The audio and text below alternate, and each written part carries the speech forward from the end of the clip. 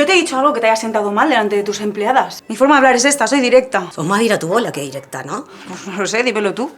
Prefiero zanjar esto ya, a mí no me gustan las bobadas, ¿eh? Ayer, por ejemplo, haciendo la caja, que yo también llevaba 10 horas trabajando.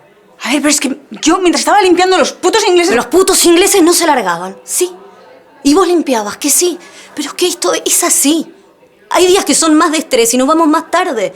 Pero el servicio podría darse sin ningún problema si hubiera un equipo unido.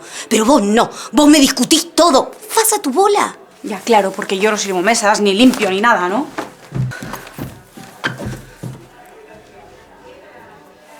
No están a gusto contigo. Ya me han hecho comentarios. Es que les hablas como si fueras la jefa. A mí lo que me duele, Pipi, es que siendo tu hermana, no te puedo defender.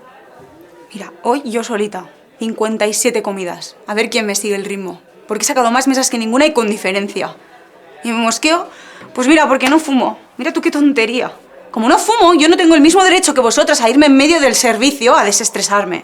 No, yo me quedo aquí como una tonta, sacando el comedor adelante. Y me estás hablando de equipo, ¿en serio? No estoy de acuerdo, ¿eh? Ya sé, ya. Porque tú también fumas. Me estás vacilando. Es que sois muy listas.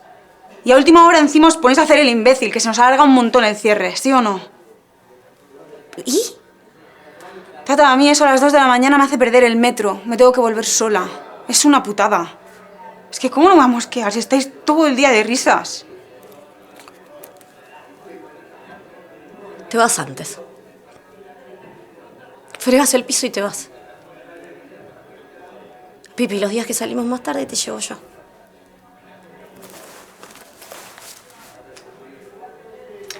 Seguimos dentro, que aquí hace frío.